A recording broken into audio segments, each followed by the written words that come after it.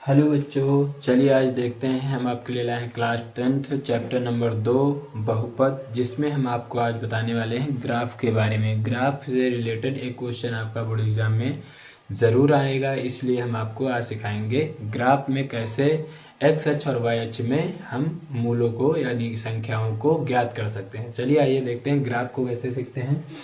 ये आपके पास हमने ग्राफ दिए हैं, एक ग्राफ में हम आपको अच्छे से बता देते हैं, फिर इसमें आंसर आप सॉल्व कर पाएंगे। जैसे हमने एक ग्राफ बनाया, ये इसमें ये होती है एक्स अक्ष, ये होती है वाई अक्ष, यानी कि ये इधर लेटी हुई एक्स अक्ष, सीधी खड़ी हुई वाई अक्ष। इधर इसके अपोजिट होता है एक्स डैश अक्ष, इधर होता है वाई डैश अक्ष। ठीक है, अब हम क्या देखेंगे इस सवाल में कह रहा है कि अगर इन संख्याओं में मूल की बात कर रहा है, अगर यहां पर आ जाए कोई बिंदु तो होते हैं मूल 0,0। केंद्र पर जहां से कट कर रहा है, यहां पर अगर कोई बिंदु आती है क्रॉस करते हुए, जैसे हम किसी क्वेश्चन में यहां देखें, इसमें क्या होगा 0 का मान, इसी तरह यहां पर क्या है 0। अब हमको अगर एक्स अक्ष कहता है, एक्स अक्ष के बताना है निर्देशांक, तो हमको पहले इसमें एक किरण खींच के दिखाते हैं कैसे पूछेगा। जैसे इस सवाल को इस तरह उसने पूछा है, तो एक्स अक्ष पे पूछा उसने ना, तो इसमें हम क्या करेंगे, एक्स वाली रेखा पर देखेंगे कितने निशान कटे हैं, यहां पर देखना है। एक्स अक्ष का है तो एक्स पे देखेंगे 1 2 3, तो इस सवाल का आंसर कितना हो गया 3 हो गया।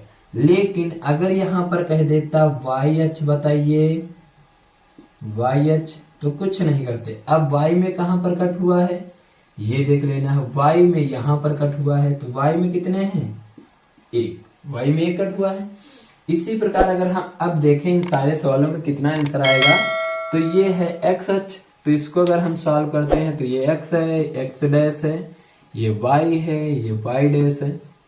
इसी तरह का सब में है, तो हम पहले इसमें देखें, तो अगर उसने कहा x अक्ष बताओ, तो क्या देखेंगे एक्स पर कितने बिंदु हैं 1 2 3 4 5, यानी एक्स पर हैं 5। लेकिन अगर वाई पे कह देता वाई बताओ, तो वाई पे कितने हैं, सिर्फ ये देखो ये कट हुआ है, ये वाला वाई पे है, तो वाई पे कितना हो गया 1। इसी प्रकार अगर यहां पर पूछे तो एक्स बराबर कितना हुआ 1 2, यानी कि 2 लिख लिया। लेकिन y बराबर अगर कह दे तो y बराबर कितना है, यहां देखो y बराबर 1 है, तो ये कितना हो गया 1। इसी प्रकार अगर यहां कह दे x बराबर कितना है, तो क्या x पर कोई भी काट रहा है नहीं, तो यहां पर कितना हो गया 0। लेकिन अगर y बराबर कह दे तो y पर देखो ये कट कर रहा, तो ये कितना हो गया 1। इसी तरह अगर हम इस सवाल को देखें तो क्या कह रहा है, अगर x अक्ष पर कहता है तो कितना है, x अक्ष पे देखो 1 बिंदु यानी 1 है। लेकिन अगर y अक्ष पर कह दे तो y बराबर कितना है, तो देखना है यहां भी 1 कट हुआ है और 1 यहां पर कट हुआ, तो कितने हैं 2। इसी तरह यहां पर x बराबर 0, y बराबर कितना है 1। इसी तरह इसमें अगर हम देखें तो y बराबर 0 और x बराबर कितना है 1 2 2 है। इसी प्रकार यहां देखें तो y बराबर 0, लेकिन x बराबर कितना है 1। लेकिन इस सवाल को थोड़ा सा देखें, ये इंपॉर्टेंट है।